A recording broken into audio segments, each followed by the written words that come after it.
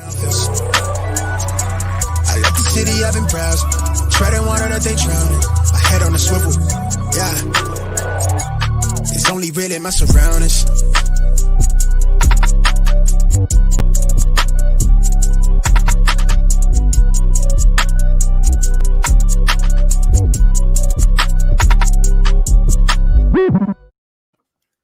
Welcome to episode 26 of the Smash Accept podcast. I'm your host, Michael Royer. You can find me on Twitter at dynasty_dadff. And tonight's show is the Smash Accept Pass Catchers Award Show. We're calling it the Smashies, and it's going to be a lighthearted, kind of go over everything that's happened this past year, have a little bit of fun with the Smash Accept crew. And I'm super excited to introduce everyone here. First guy I want to introduce is Dave. Welcome to the show. Hey, thanks a lot for having me on, man. I love being a part of this team every time I get to come out here. Excited to go through these awards and talk about some top players from this year.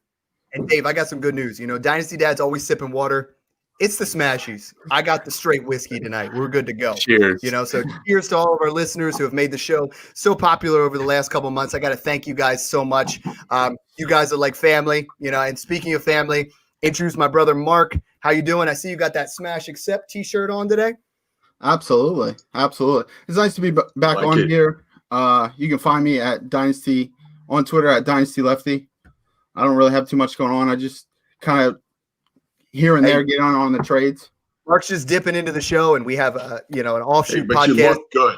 You look good. He's looking good. That's the only thing that matters. Sometimes it's content, sometimes it's just looking sexy for the listeners. And that Smash Accept shirt automatically just adds a little bit of sexiness, Smash the competition and look good doing it. Someone who smashes the competition all the time, and you see him every week on here. Mung, what's going on today?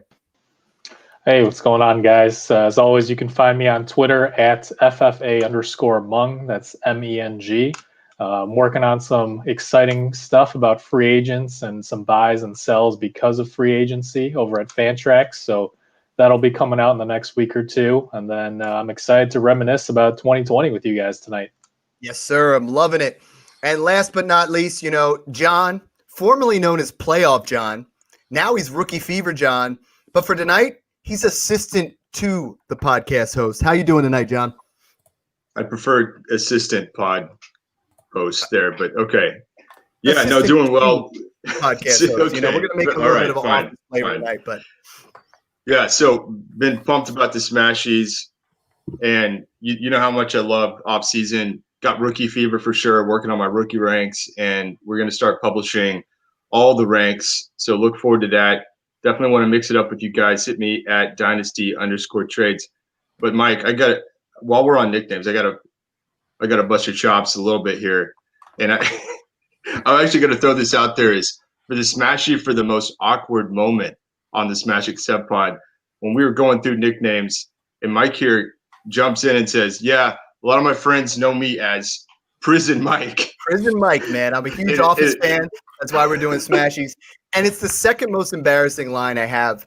Dynasty Refinery, I once said, make sure you guys go out there and buy Dalvin Cook instead of Dalvin Cook. So that was number one.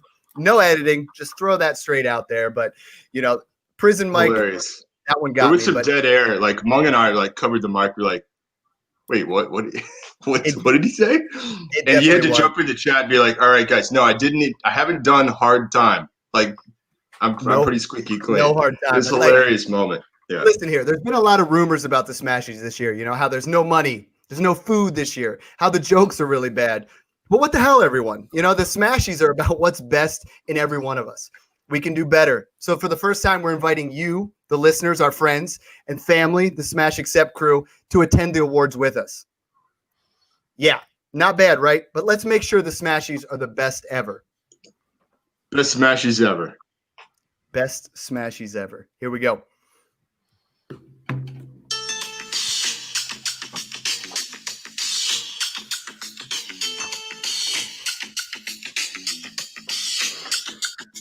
Yo, the Smashies. How can I explain it?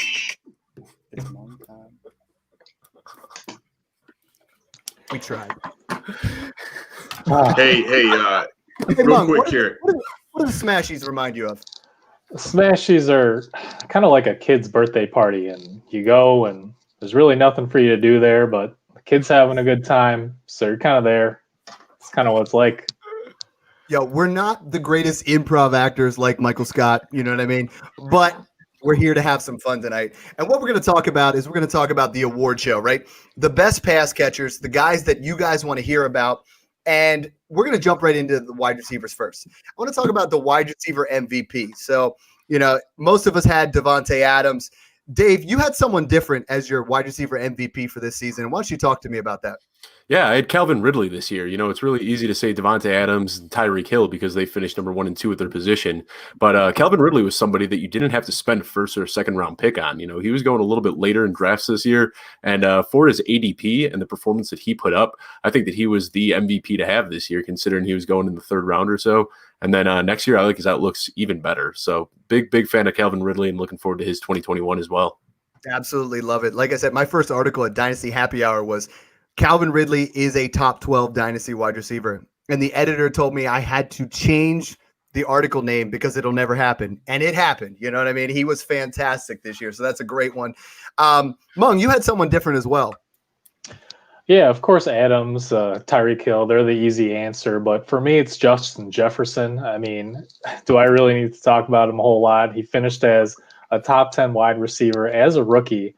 And that was with the Vikings barely using him the first couple of weeks. I mean, Jefferson just looked uncoverable at times. And he was a former mid to late first round rookie in drafts last offseason. He's shot up to top 5 Dynasty wide receiver status now. I've seen him out there sometimes as the number 1 Dynasty wide receiver, and I don't think that's too crazy. So I doubt many who drafted him last offseason expected that kind of immediate league-winning production from him. Yeah, we're going to have Izzy Alcafaz on the show in 2 weeks, and his wide receiver 1 in Dynasty right now is Justin Jefferson. So that's a great one. My wide receiver MVP is Stephon Diggs. I had Devontae Adams and Stephon Diggs in almost every league, but the cost to get Stephon Diggs was considerably more. I was trading for him all season, all off season, and even into the season, people were still willing to sell him because they didn't quite believe in him, but finished as wide receiver 3, drafted outside the top 12, 18.6 points per game. And the crazy thing was what he did in weeks 15 and 16, right? 70 points in those 2 weeks, which basically was the wide receiver 1. It was an absolute smash accept if you made a deal to get him, which won you multiple championships. And we're going to talk about him a little bit more here. But now I want to talk about the tight end MVPs. John, myself, Mark, we have Travis Kelce. Travis Kelce is a no-brainer. There was no tight end like Travis Kelce, period, and he was fantastic. But Mung, you went with somebody totally different here and a different perspective as the tight end MVP. Yeah, again, I mean, Kelce's the easy answer, right? I'm not going to knock anybody for saying that Kelce's the MVP here. Certainly an amazing talent, especially with Patrick Mahomes. But Logan Thomas, I mean, he finished as a top 5 fantasy tight end, and that was with a blend of Dwayne Haskins, Kyle Allen, and Alex Smith at quarterback. And Thomas established himself basically as the de facto number 2 option behind McLaurin in Washington, and he was free off of the waiver wire in many, many cases here. For him to be producing top 5 numbers with a pretty high floor each week, that's an incredible return. Absolutely. I love that. And Dave, yours is the same as mine. Everybody's on the Kelce side, but talk to me about what Darren Waller did this year. Well, if we're talking pure value, I mean, it's got to be Travis Kelce, but Darren Waller was somebody that was going in the 8th and 9th round in startups this year. He was somebody that I admittedly was fading in the offseason. I really liked his story about overcoming addiction, but I thought that his 2019 numbers were just a little bit fluky considering he had 3 really quiet NFL seasons prior. But he proved me wrong by improving his numbers in 2020, finishes the tight end 2 behind only Travis Kelce. And in almost any other year, he would have been the tight end 1. I mean, he just absolutely killed it this year. Yeah, I mean, Travis Kelce and tight end premium finished with 366 fantasy points. Darren Waller was only 30 points behind with 336. After this episode, we're going to talk about, our tight end rankings, and it's hard not to have him in the top 3. Darren Waller has been fantastic. The story is remarkable about what he did to battle through addiction, like you said.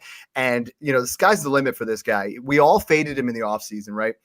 Except John and I. John and I were buying everywhere, and John, you're not going to steal him off my team. You keep making these offers, and we're battling back and forth here. But yeah, we are. Darren Waller is a premium asset, and you guys that drafted him, way beyond where Travis Kelce was taken. You guys reaped the benefit. We all talked about the game script and how there was more, mouths to feed there. I hate that term, but more mouths to feed with the Raiders. But the guy got it done. I mean, he absolutely won me some championships.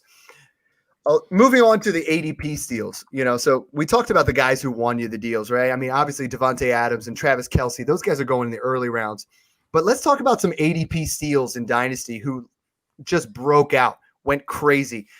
John, who's the guy that you got in Dynasty as an ADP steal who really stepped up this season?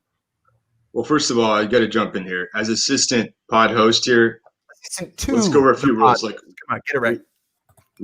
Could you guys keep your acceptance speeches to a minimum here? I've got wrap up music. I'm not afraid to use it. Mark. Yeah, all right. Now. No, I mean, for me, ADP steal was definitely Justin Jefferson, and Mung already hit it. And I'm just going to say this. This is why you got to do your homework during the offseason. The rookie picks are so key, getting that right. I remember there was a ton of back and forth, and Mung, you remember this, right? It was Rager versus Jefferson. And I'm just going to say it. Had you gone Rager versus Jefferson, how much were you regretting that now? Right? So stick with us during the offseason. And Mung's going to fight me on this, but the guys that did go, let's just say in season 1 with Jefferson, that was a league-winning pick right there. No mistake about it, right? So these rookie picks are so key. You got to nail them. We're going to do a lot of the homework for you, and tune into future pods for that. So not like I'm calling out a league mate, but I was sitting on the clock. I had the 109, and I said the guy behind me really wanted Jerry Jeudy. So I said, hey, I'll tell you what, I'll throw you a second-round pick. You throw me Kyler Murray, and I'll move back a pick in a one-quarterback league. So I got Kyler Murray and Justin Jefferson, where he gave up the second. He ends up getting second and Jerry Jeudy. And that's how you win. You know what I mean? Like, hold those rookie picks until it's time, but do the research. What we're doing at Smash Accept is we have fantastic guys coming in to talk about the draft. We got Chad Parsons coming in to talk about the Senior Bowl. We got Angelo Analysis is coming in pre-combine. Travis May is going to come in post-combine. We literally have loaded up some of the best analysts when it comes to rookies because we want you guys to be able to find the Justin Jeffersons. And my guy, the biggest ADP steal for a rookie for me was T. Higgins. T. Higgins ended up falling outside that first round, and he's going to be a fantastic dynasty play. We all thought Joe Burrow was going to be out. Joe Burrow's talking about coming back week 1, and T. Higgins looks like that alpha in that offense right now. So if you guys paid attention to that, you guys will be reaping the rewards. Mark, you have somebody totally different here. Your biggest ADP steal is a veteran, 3 or 4 years in the league. Who did you go with? Yeah, I went with Curtis Samuel here. In the beginning of the season, it was kind of hard to see he would get a lot of volume with CMC, DJ Moore, and Robbie Anderson. And he got a lot of targets. He was actually started the season as projected wide receiver 60, but ended the season as wide receiver 24. And he was a big help for me adding depth to my wide receivers.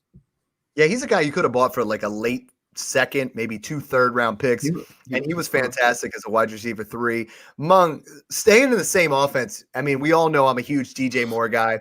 I put it out on Twitter. That's my biggest miss this year. I was predicting TJ Moore as that top 5 type dynasty wide receiver, and you went with someone else in Carolina as the biggest ADP steal.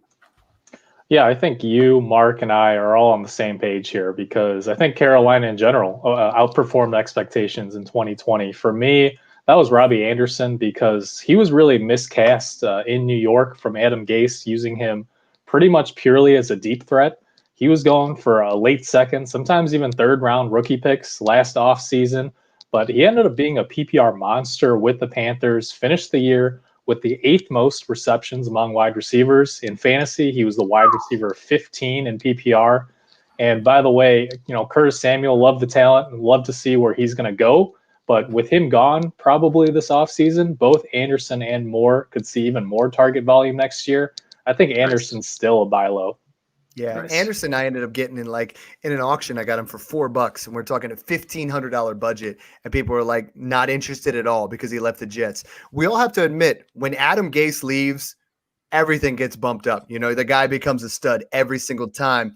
Not involved with Adam Gase, but moving over to Detroit. Dave, you had another guy who was a great bargain who in the playoffs he went ham.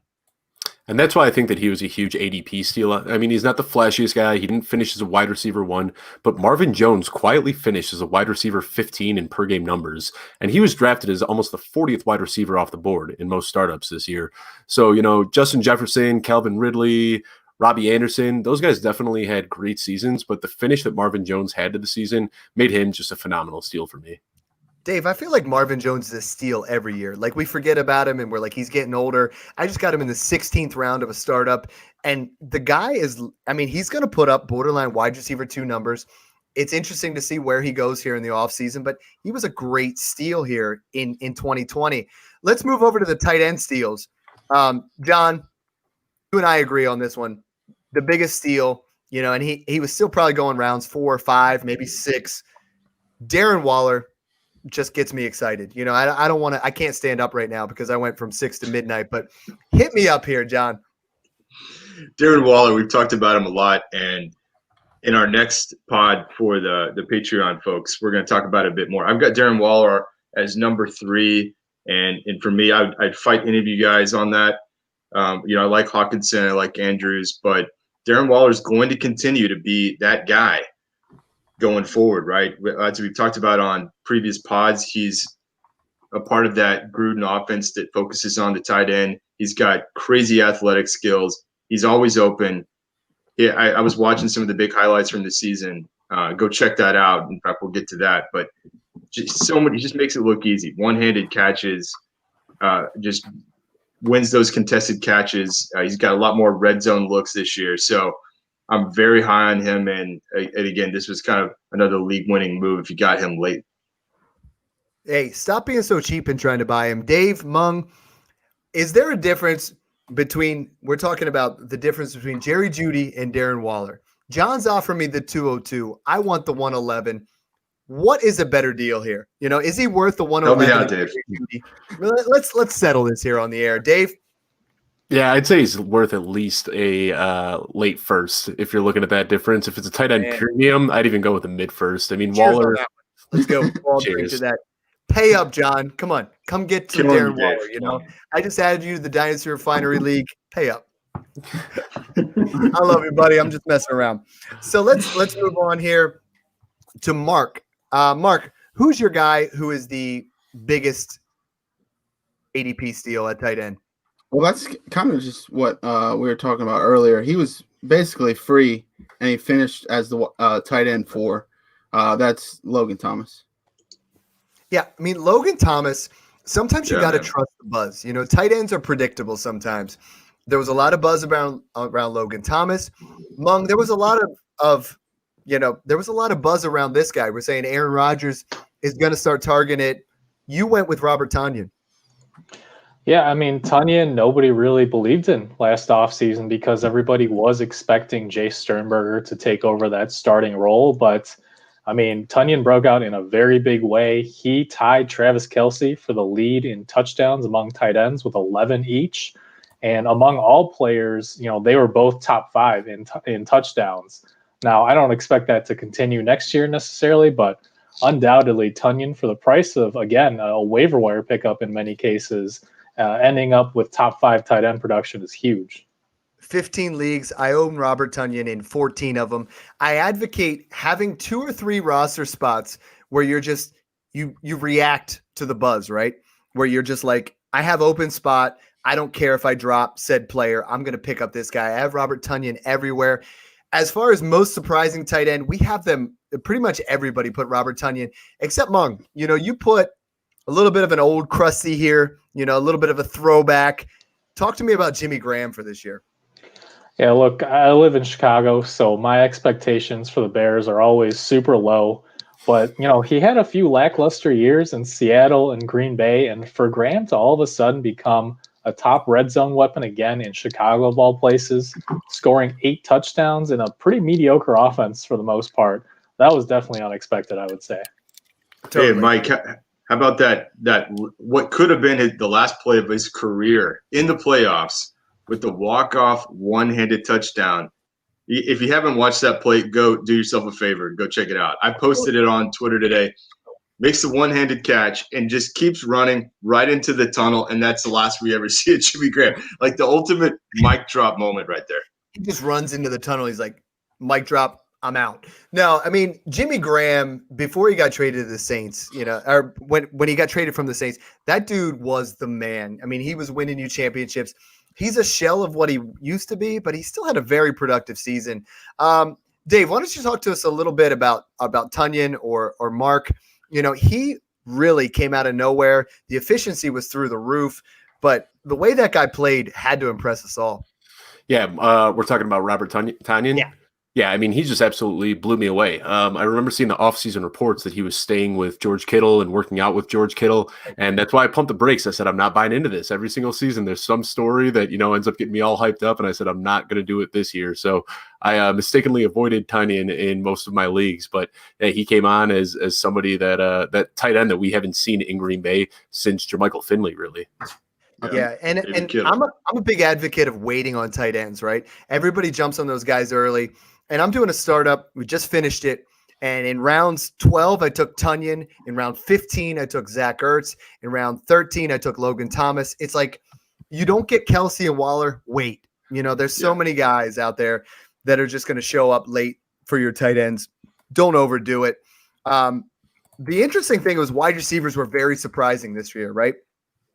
We had guys that really performed well, like DeAndre Hopkins, Devontae Adams. But, John, there was a guy in the rookie process that you and I both put as our most surprising wide receiver this year. We didn't quite believe in him. We didn't believe in the narrative. We didn't believe in the hype of how he did with his 40 and all of his metrics.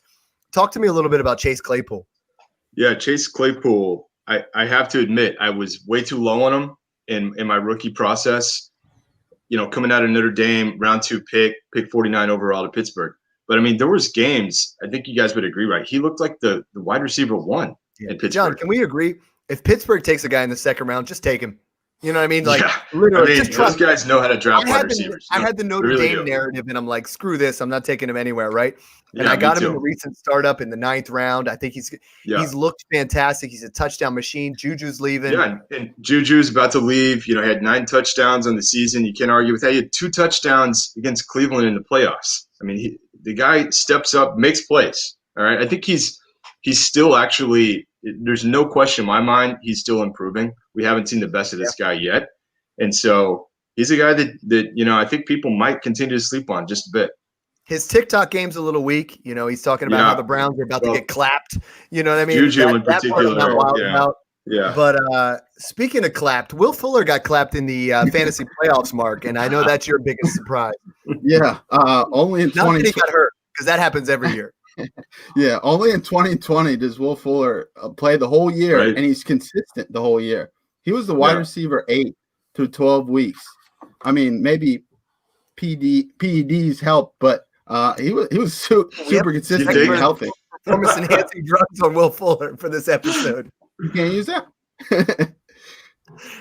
No, I like that. I mean, he had a fantastic season.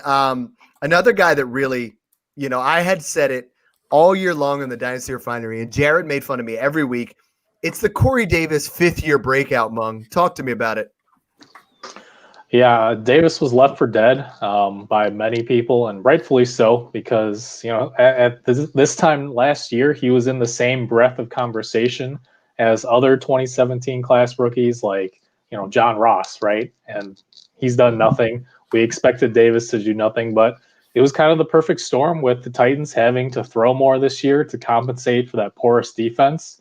And then Davis got a lot more targets with both A.J. Brown and Jonnu Smith dealing with injuries for various stretches of the year. So, his production tapered off a little bit in the second half of the season, but Corey Davis definitely got some teams to the fantasy playoffs with his early year performances. He's recuperated some of his value. I took him as the 101 over McCaffrey, over Fournette, all those guys. Mung, what kind of value are we talking about Corey Davis? Are we willing to sell him for a early second in Superflex, or what kind of value would you cash in or would you hold right now? Yeah, I would 100% cash in. I was saying this about Travis Fulgham earlier in the year, where the targets really helped with Corey Davis this year. But I see him as an inconsistent, wide receiver 3 or flex option for fantasy. he's going to be a good complementary number 2 guy to whatever team signs him this offseason, but I don't see this kind of fantasy domination. Dave, real quick, you had the most surprising wide receiver, Stephon Diggs. Obviously, there was a lot of people. Stompy was huge on Stephon Diggs is going to regress as far as moving from Minnesota to Buffalo. How surprised were you with Stephon Diggs being the wide receiver 3 this season? Well, very surprised. We've already talked about him being the biggest ADP steal. We've talked about him being the MVP. And for me, he was the biggest surprise. He could never really pull himself away and be a true wide receiver 1 behind or ahead of Adam Thielen. And that worried me because I thought he was going to be competing with John Brown. Not to mention he goes to a team with Josh Allen, who had really failed to break out and show his superstar potential yet. So I wasn't sold on Diggs much at all. And I mean, he just planted his flag as a true alpha wide receiver in the league this year. Surprised the heck out of me, but I'm so happy to see it. It's a perfect storm, right? Like Mark Wahlberg movie, combining it all here. We're saying Stephon Diggs with the maturation of Josh Allen just came together for a perfect blend, and it was fantastic. For me, the biggest surprise, and I had Claypool as the biggest positive surprise. The biggest negative surprise for me was Jerry Jeudy. I was all about Jerry Jeudy just balling out this year, and taking the next step, and obviously being a fantastic addition there. Drew Lock struggled, so he didn't quite pan out.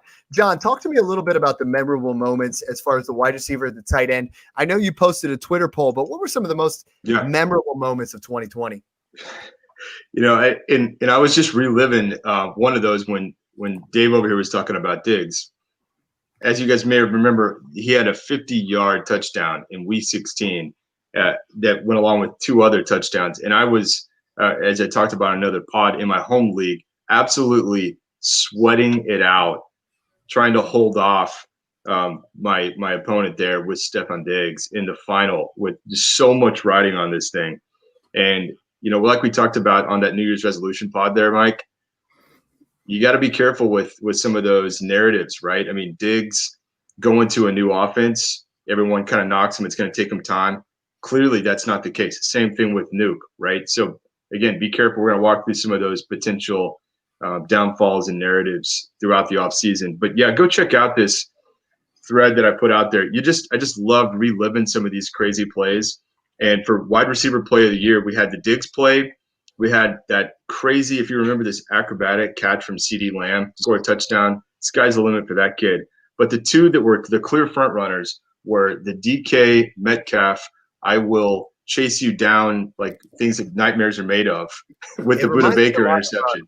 Hey, John, I believe that jacket belongs to Mr. Gilmore. Yeah, that's exactly right. And then the other one was what has quickly become known as the Hail Murray. And last I checked on Twitter, after well over 100 votes, those were in a dead tie. So I'm going to break it, and I'm going to award Smashy to the Hail Murray. And the reason for that is because, Mike, I mean, I think I talked about this on a pod, but in that moment, just completely lost it because I had a game.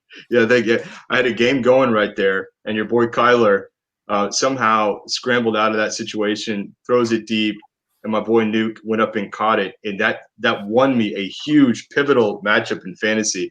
And I jumped up off the couch, I think spilled some popcorn. I think I was riding the bull around the living room. My kids stopped what they were doing, what is happening here? And I'm just I'm on the flip side, bro. Like in this situation, I have Hulu, right? And my girlfriend bought it for me. Joy, you're the best. But she bought us Hulu, and she's like, what game do you want to watch? And I was like, yo, flip on the Bills Cardinals. So the way we have it set up is it records everything. So she had to slowly fast forward to the end of the game. And you texted me, you're like, did you see that? And I'm like, no, I did not see that end of the game play. And she finally got there. And that had to have been the play of the year. That was after I went streaking around the neighborhood. I just want to see that text. Bring your green hat. You know what I mean? A little bit of old school. Great movie to flip back to. Let's talk about our biggest disappointments. Dave, Mark, myself, we're believing in Michael Thomas. Obviously, we traded for him in a little bit of a spot. My guy, and I have to bring this up, is Travis Fulgham. Yeah, he had a top 12, 3 weeks. I even created a Twitter handle called Fulgham Forever. little shame on me. Travis Fulgham fell apart, right? But Mung, you had somebody totally different that was a disappointment. You know, he started out the league straight up on fire, you know, in that 27-year-old bracket. But who's your disappointment right now? Yeah, and I was wary about Tyler Lockett coming into this year because as someone who had him already last year and the year before that, I'm kind of used to these lackluster performances. But, I mean, look, if you look at the final season numbers, he's finished as the wide receiver 13 in PPR this year and wide receiver 16 last year. But, I mean, if you actually started him these years, you're really disappointed because those end of the year finishes are because of a couple big blow up games. Outside of those, Lockett had 7 games this year with less than 10 PPR points, and 2 of those came in the fantasy semifinals and the championship week. So he tanked you in the playoffs. And look, Seattle just fired Brian Schottenheimer, and Pete Carroll's already said that they want to run more next year. So if you're still holding on to Lockett, I would definitely advise selling. Yeah, I mean, I have him as my biggest sell. Weeks 1 through 8, he was top 5. Weeks 9 through 17, he was barely a wide receiver 3. You know, he was in that range. Mung, you also, or John, you put DJ Chark, you know, and I was always, I had an entire week during Shark Week where I called it Shark Week, where I posted something every single week. You have him as both your biggest disappointment and your biggest buy. Tell me why. Well, yeah, and before I do that, Mike, I'm not going to let you off that easy with Fulgham. I mean, you were hyping this guy so bad. Can we just give it? Let's just take a moment and have a moment of silence. R.I.P. Travis Fulgham. Yeah, it was, you know, FF Fulgham You're forever. interrupting the moment of silence now, man. Fulgham forever. Whatever you want to fill in for I'm that. just going to pour one out here for Fulgham. Just pour one out for that guy. Come out from our homies into our mouths here. Yeah, pour one out for your homies right now if you're listening live.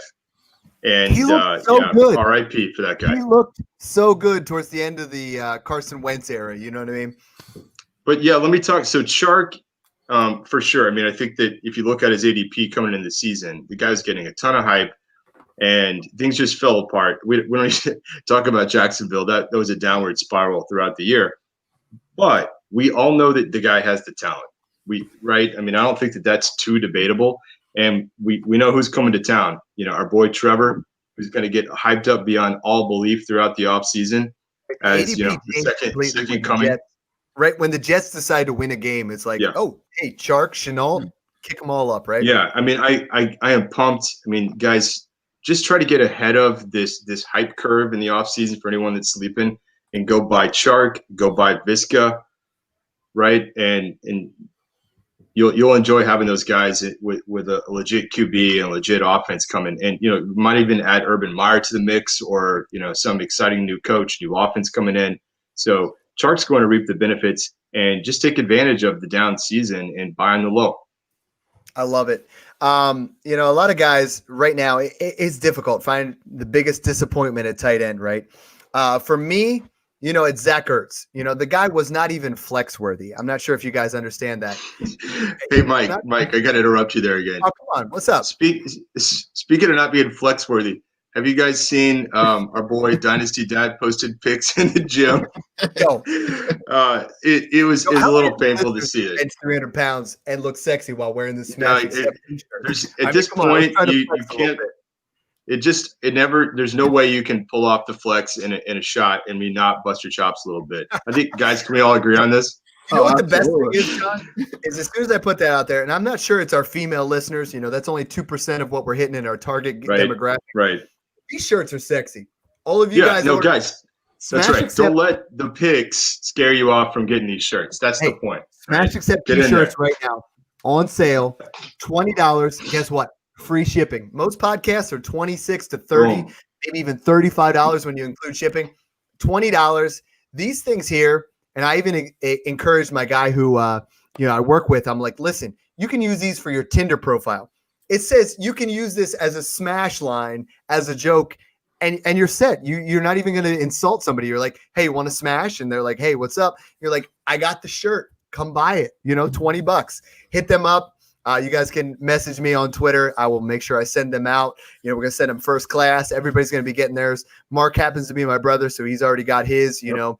and his Tinder profile is blowing up since he had that on there. Nice. Smash pods and dad bods. It's going up. Right? That's our tagline. That's our demographic. Exactly. We had a bunch of those. It was like, send us your squad and listen to our pod. You know, we had the dad bods. We had all kinds of stuff going on there. Speaking of dad bods, you know, this guy looked fantastic at the tight end position the end of last year, right? But Mung, what in the heck happened to Tyler Higbee? Yeah, there's a lot of analysis and debate last offseason over Higbee and whether he could retain that same kind of role in production from that hot stretch. And I was among those who didn't think he could, but I certainly didn't think that his role would shrink back to almost nothing again. I mean, Higbee's got to be the biggest disappointment of 2020 among the tight ends, given what his preseason dynasty value and ADP were versus where they are now. And all that being said, though, I will say this. Gerald Everett's going to be a pending free agent, so Higbee might actually be a post-hype buy if you can get him dirt cheap. I mean, if that owner has a sour taste in their mouth after this season, I'd be buying for a third, maybe even a late second. I think the biggest disappointment for me was in the Dynasty Refinery Listener League, our co-host Jared Fox decided that he was going to bet people that Tyler Higbee would be a top 5 wide receiver for free league entry next year. He did that with 3 different guys. So Jared, you owe $65. Pay up. You know, I'm not trying to fit the bill for all those guys. Biggest buy right now. Dave, you know, Juju Smith-Schuster has had a bit of an even flow, right? I mean, he was a top 5 wide receiver. This year, people thought he did well, did poorly, but he finished as a top 20 wide receiver. Why are you buying on Juju Smith-Schuster right now? Well, I think he's still just unbelievably talented. I don't think that's changed at all. A lot of people are going to want to sell on him because they're going to think that there's character issues or whatever because of his TikToking and his dancing on the logos. But really, I think he was in a bad situation with Deontay Johnson, Chase Claypool, and Eric Ebron all gobbling up targets. But still, he's been a wide receiver 2 or better 2 of his 3 seasons in the league. He's only 24 years old, and more likely than not, he's going to end up somewhere else next year where he has a chance to supplant himself as a wide receiver 1. So I am all in on Juju this offseason. I love that. I love that. My man. John, your guy, you know, who's not doing the TikTok. He's just that grinder who does every little thing. We already talked about DJ Chark, but you're buying Allen Robinson right now. Yeah, and here's the thing, guys. You got to, you know, it's like buying stocks, right? Buy it ahead of the curve, right? You know, we got a couple Chicago guys here. Hey, sorry guys, but he's leaving town, and bet on it now. Go pick him up. Dave over here shaking his head like he's coming back. I'm convinced he's out of there. And imagine him with top 12 wide receiver. I think he's a wide receiver 1, right? The talent, no question about it. Despite the dysfunctional offense in Chicago, he's still produced. And imagine Deshaun Watson throwing to him, or, you know, fill in the blank. So for me, I'm buying A-Rob because the ceiling could creep up a little bit, not beg our offense, but that floor, even in Chicago, let's say Dave's right and he does stay. He's still going to be a solid play. So go buy A-Rob.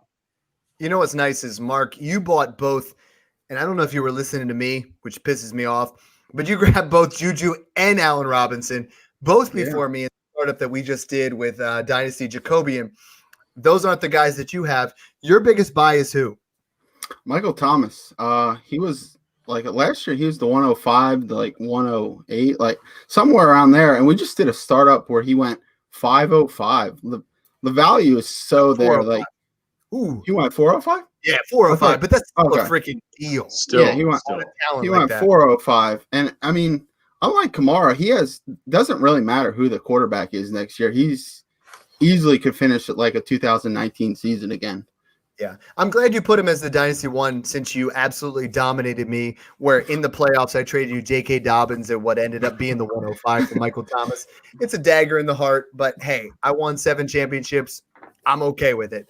And let's move over to my guy, AJ Brown. You know, and I know his value is fantastic, but I have AJ Brown higher than every single one of you. I guarantee it. He's my biggest buy because people haven't put him in the same tier as DK Metcalf. They haven't put him up there with Justin Jefferson. Sometimes he's a forgotten guy. I think AJ Brown is obtainable. I just got him at the 307 in a startup, and I think A.J. Brown is the real deal. He's a guy that I want to have in Dynasty. Let's move on to the tight ends, and we're doing a great job keeping up with speed here. Let's just go each guy, talk about your biggest tight end. Quick 30-second blurb here. Start with John. You're looking at Irv Smith and Dallas Goedert. Yeah, you guys are doing a good job. Hadn't had to cue up the wrap-up music quite yet, but Mark, I'm watching you. It's like wrap it up, B. Wrap it up, B. No, now I'm looking at myself. So yeah, for me, it's Kelsey, and we can continue to debate it, and I will fight you on this. And just look even at my flexing, you're still ready to fight. Yes, for sure. That didn't hinder me at all there. And no, for sure. Just 5 seasons in a row, tight end 1. And for me, Kelsey was in the running for being like fantasy MVP altogether, especially in premium leagues. He helped me win a couple of ships, and he's going to continue to be one of the focal points there in the best offense in the NFL. We can talk age all day. The guy's going to continue to do it, and you will continue to expect that as a tight end. You can do that in the NFL. Cue up Jason Witten, right? It can be done. He's got years and years ahead of him. He's going to help you win more ships. That's the guy I want on my roster. Tight end 1, Smashy award, Travis Kelce. Boom, I love it. Mung, you went a little bit less traditional. Obviously, Indianapolis lost to Buffalo. My Bills took care of business. But one of the key cogs in that offense, who's super cheap right now, is Mo Alley-Cox. Yeah, and heading into the offseason, whether it's tight end or any position, you want to target guys who could have expanded opportunity next year. And Mo Alley-Cox is one of them. Trey Burton is a pending free agent. So is T.Y. Hilton. They could be losing a lot of targets from 2020. Jack Doyle, he could be cut for $1.5 million in dead money, but he'll probably stay. But even so, Doyle struggled to stay healthy. And this year, Alley-Cox looked like the most explosive option for that team at tight end. He's another one of those basketball converts like a Jimmy Graham type. He just needs more snaps. And right now, you can probably get him for a 4th-round rookie pick, maybe late 3rd at most. I love it. Hey, Doyle rules. But you know who rules in Chicago right now, Dave? Cole Kmet. It's Cole Kmet. Yeah. Yeah, baby. Yeah, baby. Oh, boy. I love him. He is my number 1 buy right now. He's somebody that I'm targeting in just about every single one of my startups. If you look at the numbers, there really isn't too much to get excited about. But that's because he spent the majority of the season behind Jimmy Graham on the depth chart. We talked about him a little bit earlier. He was gobbling up the red zone targets. But as the season went on, Cole Kmet's usage went up. His snaps went up. His routes ran went up. And if you watch it, he just simply passes the eye test. He is a grown man out there catching the ball, getting those hard to accumulate yards after the catch. I think Jimmy Graham is most likely going to be gone next year. The Bears can save a lot of money by cutting him. And if Cole Kmet's the number 1, I have him as my tight end 6 if Jimmy Graham leaves Chicago next year. I love that. I love that so much. Mark and I are no homework. Guys, we do our rankings here next are the only guys that had him in the top 15. People are sleeping on Cole Kmet. Go out there and offer a 3rd for him right now before he breaks out. In that 2nd year. My guy who's the biggest buy, I have 2 guys. TJ Hawkinson, I've talked about ad nauseum, but still, he's still not being valued like he should. That 3rd-year breakout is coming. He belongs in that top 4 tight end position. And Logan Thomas, he finished as a tight end 3 in ADP. He's going in as a tight end 12 to 15 in startups. Go get Logan Thomas. Logan Thomas is not the next Tyler Higbee. He's the next Darren Waller. The guy's value is phenomenal. His talent level is phenomenal. His athleticism is phenomenal. Trust me, go buy Logan Thomas. Mark, another guy who's just an athletic freak who you want to buy right now. Yeah, in the beginning of the year when Fitzpatrick was the quarterback, they got 3 different tight ends that were catching touchdown passes.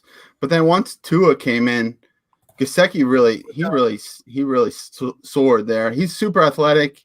I think he's going to keep getting better. Their offense is going to keep getting better. He's I might be the only guy that I think he's in my top 5 because his athletic is off the charts to me. Yeah, you had him 5. You had him 6. That was the highest. 6. I had him 7. Sorry. That was the 2nd highest. And yeah, guys, make sure you Mike, to go over our rankings here later. I mean, we're going to really hit up those tight ends. We're really pushing our Patreon here and really going to talk about some of that stuff. But let's talk about the biggest sells right now. Dave, I mean, DeAndre Hopkins has been the staple of consistency, but you're selling him right now. I know, and it hurts me to say this because DeAndre Hopkins is one of my favorite players in the league, and I think that as far as pure talent, he's probably one of the best wide receivers in the league. He was supposed to be less involved with the Cardinals because we knew that they like to spread the ball out, and he averaged 12.3 targets per game over the first 3 weeks, and all those concerns were just laid to rest. But his usage failed to remain pretty sustainable through the rest of the year, and he only averaged 9.5 targets for the rest of the season.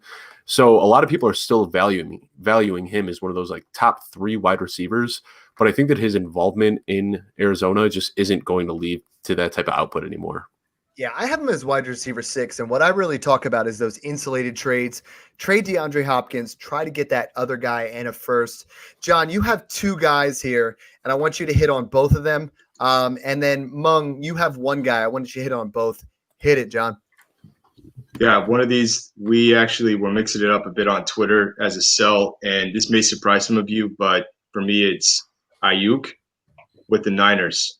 And I think what I'm seeing, at least when I look at ADP and when I look at what he's been going for in trades, you guys are kind of treating it like Kittle and Debo aren't coming back, and that's the challenge, right? Shanahan is going to spread the ball around in that offense. It's actually a run-first offense, and I absolutely love the talent of Ayuk.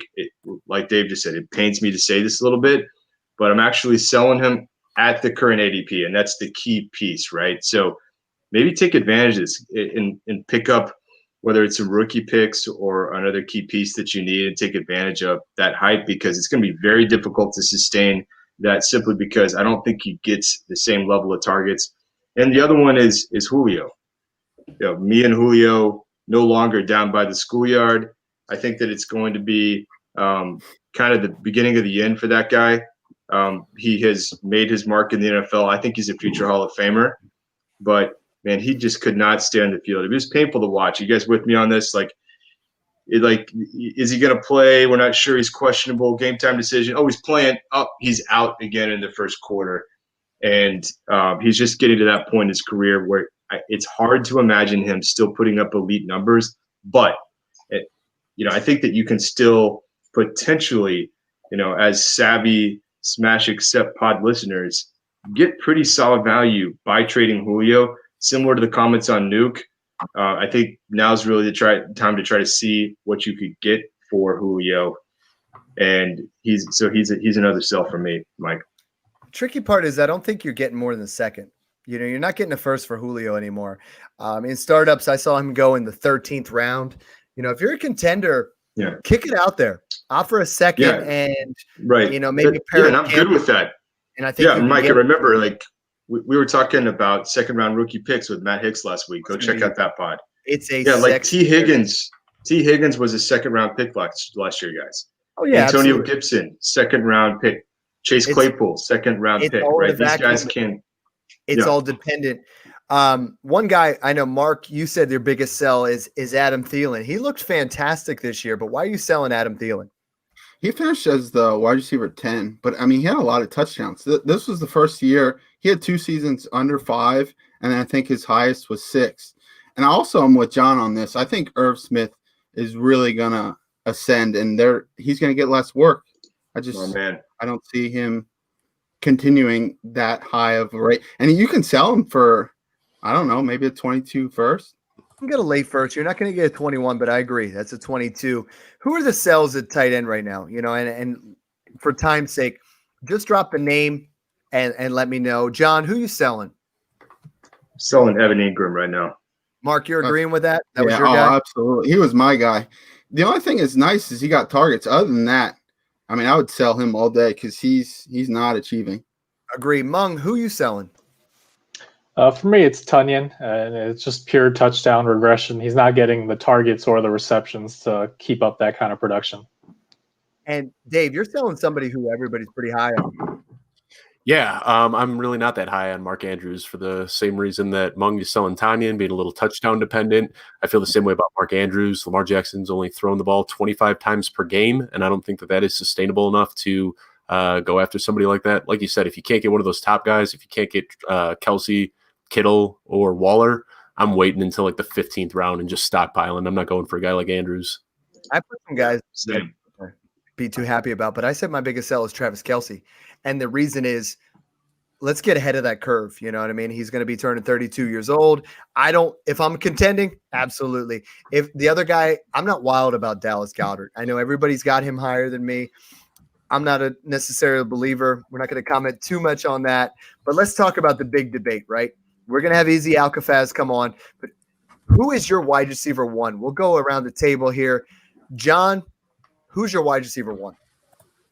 For me, it's Devontae Adams. And, coming off his 18 touchdown season, the offense runs through him. Mr. Rogers loves going to him in his neighborhood. And I think he's going to continue to do it. And, I think the only reason you would put anyone above him is because of his age. Yep. But he just looks like a guy that's going to continue to do this for years and years to come. I'm good with that. And I'll go ahead and ride him to future championships. He is that good. I love it. Now on the flip side, Dave, who are you riding right now? Who's your wide receiver one? Who's that guy you got to have? And this one's really, really tough for me because I feel like so much of it is the way that you want to build your team. If you're looking to win now, I think that Tyreek Hill is the wide receiver one. I think that he's going to be putting up points for you nonstop. If you're looking to build a guy, and that's a good answer. But if you're looking for somebody that is going to just have the highest potential of anybody, then I'm looking at DK Metcalf because I really like his potential as more of a long-term buy. So I've got them both in the same tier, just depending on what you're looking for. Yeah, and Mark, you have DK Metcalf as your wide receiver one as well. In the startup you and I did, you took him at, was it 112, 201? 201. Yeah, I'm with Dave on this. His ceiling is incredible. Like, he honestly could be Megatron Julio. That's like his ceiling. I love DK Metcalf. Now I'm completely in a different realm. You took DK Metcalf at 201. At 306, I took A.J. Brown, and I think the sky is the limit for A.J. Brown. I took Devontae Adams at 204. I took A.J. Brown at 307, and those are the guys that I think, that I have them right up there. DK Metcalf is phenomenal. It's tough to debate between him and A.J. Brown, right?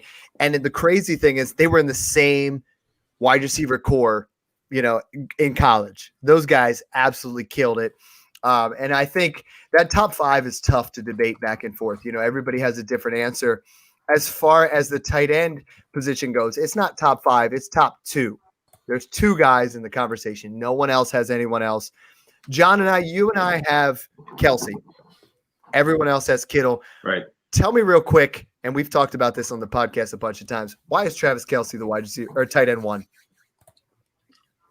Yeah, I could still go on, and I kind of hit it earlier. Yeah, we've been at 52 minutes, and I feel like John could talk another 52 minutes about Travis Kelce. Just cut me off. And we talk about it on our own personal time, but tell me why. Yeah, so I think he's got the best QB, best offense in the NFL, potentially the best play caller going for him, and he's been so consistent. Right, he's stayed on the field. He's gotten the results. He's a cheat code, and this year he helped win so many titles. He's basically, in my opinion, the first option in the offense over Tyreek Hill in a lot of the play calling, and they look for him for sure first in the red zone above all the other receivers in that offense. He's got it all. He gets open.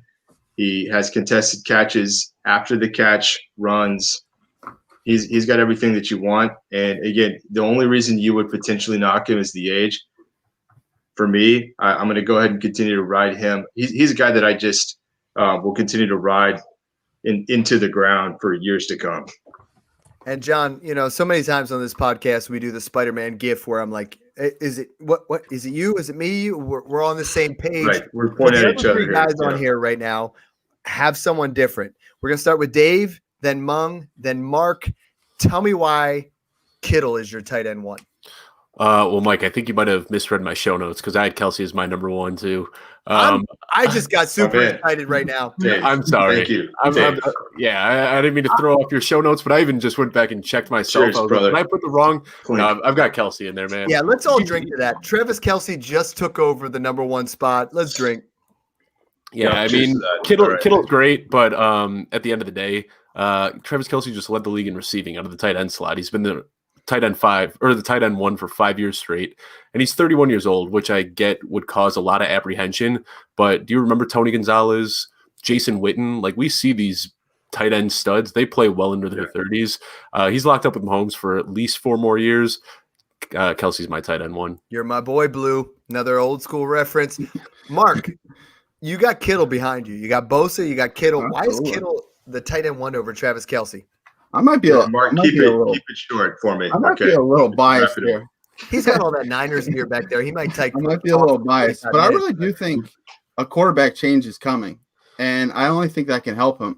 And with all the injuries, what says that he's not blocking as much? Like, I really think there's some things that can factor in that were 2 years ago he was 1,300 yards. He easily has the talent. He's more talented than Kelce. Okay. Mung, you yell at me every single week. I talk about Travis Kelce, the tight end 1. Why is he your tight end 1? Look, I'm a finance guy by day, so for me, it's simple depreciation of assets. And look, I know that 31's not old, but you're getting an extra 4 years with George Kittle. Messed up, right? And to Mark's point, we may have yet to see untapped potential for Kittle, depending on who's going to be under center for the Niners going forward.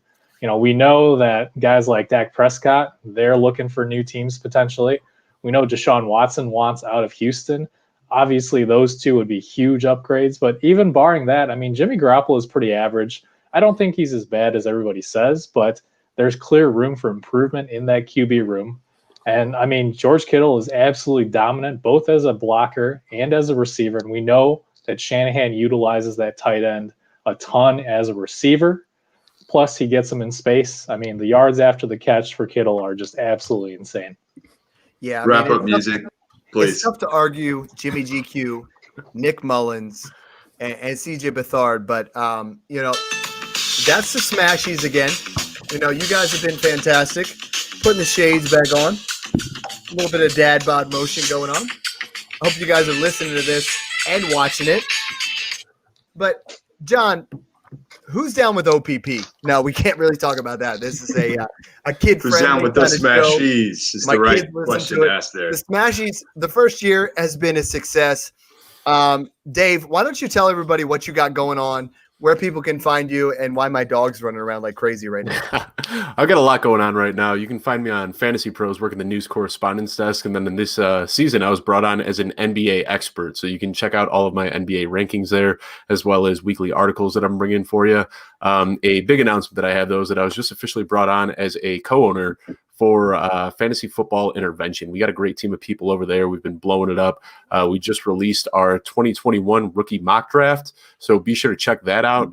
And then what I'll be bringing you there for the remainder of the offseason, a couple times a week, I'll be doing in-depth player profiles so you can find out everything that you want to know about every player that I choose to write about. Yeah, Dave, you've been a phenomenal asset to Smash Accept, contributing and talking about things. And I'm so excited for you moving forward, and congratulations to that. That's a great website. That's a great podcast. And I'm very happy for you. Mung, what are some things you got going on right now? Yeah, like I said at the beginning, definitely going to have a lot of off-season buys and sells. First, looking at potential free agency landing spots for some players, and then, of course, getting into the rookie hype, as we all know. But you can find all that over at Fantrax, and then, of course, you can find me on Twitter at FFA_Mung. That's MENG. Rookie Fever John. We have Chad Parsons coming on. We have Travis May. We have Angelo Analysis. What are you excited about with this rookie season here? Rookie Fever John. He's no longer playoff fever. The episode is over. You're no longer to the regional podcast host. Yeah, thank you. The only prescription for that fever, more rookies. I will definitely have rookie fever, and definitely keep the cowbell going. and really looking forward to what we got lined up. I mean, I'm pumped about it. Actually, it's definitely going to keep me busy. But what you'll see from me is very consistent interaction with you guys on Twitter. At the end of the day, it's about the listeners and it's about the personal interaction. Let's take a look at where you're at in your dynasty rosters. Let's look at the trades, help you out with your rookie picks. That's what this is all about for me. So let's do that. You can find me at dynasty_trades. And again, look for those ranks coming out here shortly, and I'll be mixing it up soon. I love that, John. You just passed the 1,500 follow mark. Can you tell the listeners who your 1,500th listen was? Your follow? Yes, I believe that is your better half there. Yeah, exactly. Shout out to Joy for that last follow there, and keeping it in the family. Mark, he's about to, we're about to launch in February the day trading, podcast. We're going to talk about that with our boy CJ, FF Day Trader, and Mark. What do you have going? What are you excited for the 2021 season? I'm pretty excited about that, and this is actually I've been in fantasy for 4 years now, and this is the first time that I have rookie picks. I have first round rookie picks, so I'm just finally right after years of me trying to tell you want those rookie picks and me dominating our trade. I did the opposite of that. You got a pick. You took all my picks. Yeah, I have all the picks, and it's nice. I'm just interacting with Twitter, just seeing what's out there with the rookie picks. A lot of people have some nice stuff out there. Like the host last time, that was very informative. Just basically interacting with Twitter. Yo, I'm the host, but Matt Hicks was our guest, and he was phenomenal. Those record-breaking listens from Matt Hicks at NFLDraftBible.com. Check that out. Episode 24, episode 25, our mock draft. Episode 26, the Smash Except Smashies. This was our first one. It was exciting. I'm excited for the next one. We're talking about, handing out some awards. We have great people. The 5 people that listen today, we have at Dynasty Humble, who's Jesse, at FF Day Trader. We have at MC Breeze. And we have so many great guys in the Smash Accept crew who just know their stuff. And we're going to release Patreon. And one of the access is being part of the group chat with these guys. These guys are phenomenal. They know their stuff. I've talked about it before. I've won most of my leagues, and a lot of it came from these guys really hitting on their stuff and knowing what they're talking about. So congratulations, all of you guys. Thank you so much for tuning in, and enjoy the process.